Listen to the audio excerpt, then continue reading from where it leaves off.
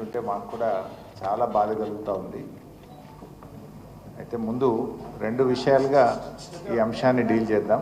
ఒకటి, డెఫినెట్గా మేము మీ దగ్గరికి కూడా వస్తాం, శాసనసభ్యుల బృందం మీ కాలనీకి వస్తాం, చూసి మీ అందరికీ కూడా ధైర్యాన్ని చెప్తాం. రెండవది, బీఆర్ఎస్ పార్టీ తరఫున లీగల్గా కూడా వి విల్ సపోర్ట్ యూ. మా లీగల్ సెల్ అడ్వకేట్ లలిత గారు ఇక్కడ ఉన్నారు, వారి నంబర్ కూడా మీకు ఇస్తారు. Please note down her number. A team of advocates, Kalyan కూడా వచ్చిన, రైట్, కళ్యాణ్ గారు కూడా ఉన్నారు, మా అడ్వకేట్ కళ్యాణ్ గారు కూడా వచ్చారు. A team of advocates will support you. ఎందుకంటే ఆయన తమ్ముడికేమో నోటీస్ ఇచ్చి కోర్టుకు వెళ్ళి స్టే తెచ్చుకోవడానికి 45 రోజులు టైం ఇచ్చారు. కానీ పేదవాళ్ళకు మాత్రం రాత్రికి రాత్రి వచ్చి బుల్డోజర్లు పెట్టి కూలగొడుతున్నారు. అంటే పేదవాడికి ఒక న్యాయం, నీ కుటుంబ సభ్యులకు ఒక న్యాయం అన్నట్టుగా తయారైపోయింది రాష్ట్రంలో.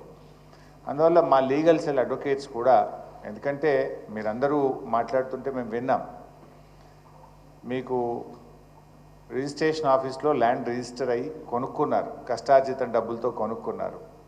మున్సిపాలిటీకి వెళ్ళి అప్లై చేస్తే ఫీజు తీసుకొని మున్సిపల్ పర్మిషన్ ఇచ్చారు. తర్వాత మీరు ఇల్లు కట్టుకోవడానికి బ్యాంకుకు వెళితే ఆ డాక్యుమెంట్స్ పరిశీలించి బ్యాంకు మీకు లోన్ ఇచ్చింది. ఇల్లు కట్టుకున్న తర్వాత మున్సిపల్ ట్యాక్స్ కడుతున్నారు, విద్యుత్ కనెక్షన్ తీసుకొని బిల్లు కడుతున్నారు, వాటర్ కనెక్షన్ తీసుకొని బిల్లు కడుతున్నారు. అన్నీ కూడా ప్రభుత్వమే. మీకు ప్రభుత్వాలు మారచ్చు, ఒకప్పుడు కాంగ్రెస్ ఉండొచ్చు, మధ్యలో తెలుగుదేశం ఉండొచ్చు, తర్వాత బీఆర్ఎస్ ఉండొచ్చు, తర్వాత కాంగ్రెస్ ఉండొచ్చు. Government is a continuous process. A government అయినా కొత్త నిర్ణయాలు తీసుకుంటే అది ప్రాస్పెక్టివ్ ఉండాలి తప్ప రెట్రాస్పెక్టివ్ ఉండకూడదు. మరి గతంలో మీ కాంగ్రెస్ ప్రభుత్వం అధికారంలో ఉన్నప్పుడు 1993లో కూడా ఇల్లు కట్టుకున్నామని ఒక సోదరిమని చెప్పింది. మరి అప్పుడు కాంగ్రెస్ గవర్నమెంటే ఉంది కదా, అంతకుముందు నువ్వు ఉన్న తెలుగుదేశం ప్రభుత్వమే ఉంది కదా.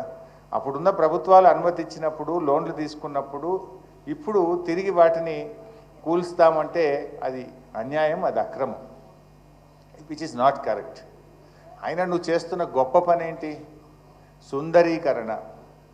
ఇప్పుడు కేసీఆర్ గారు మిషన్ భగీరథ పెడితే ప్రతి ఇంటికి త్రాగునీరు ఇవ్వడం కోసం ఒక ప్రాజెక్టు చేసిందంటే ప్రజలకు ఉపయోగపడ్డది. లేదు, ఒక కాళేశ్వరం ప్రాజెక్టు కడితే కొన్ని లక్షల ఎకరాలకు త్రాగునీరు, సాగునీరు అంది కొన్ని లక్షల రైతుల కుటుంబాలకు మేలు జరిగింది. నువ్వు ఏంటి ఇప్పుడు మూసీలో గోదావరి నీళ్లు బారిస్తా అంటే నువ్వు పారిచ్చేది గోదావరి నీళ్లు కాదు చెల్లి అన్నట్టు ఈ పేద మధ్యతరగతి ప్రజల రక్తం బారిచ్చేటువంటి ప్రయత్నం చేస్తున్నావు. వీళ్ళ కన్నీళ్లు బారిస్తున్నావు. మూసీలో గోదావరి నీళ్లు కాదు, ఈ పేదల కన్నీళ్లు బారిచ్చేటువంటి ప్రయత్నం చేస్తున్నావు. నీ హైడ్రా అంటే ఓ హైడ్రోజన్ బాంబులాగా అయిపోయింది, ఎవరికి నిద్ర లేకుండా అయిపోయింది. ఏ రాత్రి ఏమవుతుందో అని చెప్పి ఆ సోషల్ మీడియాలో కొన్ని ఇల్లు కూలగొడుతున్న దృశ్యాలు చూస్తే అసలు మా ఇల్లు ఏమవుతుంది అనేటువంటి ఒక ఆందోళనలో ఉన్నారు.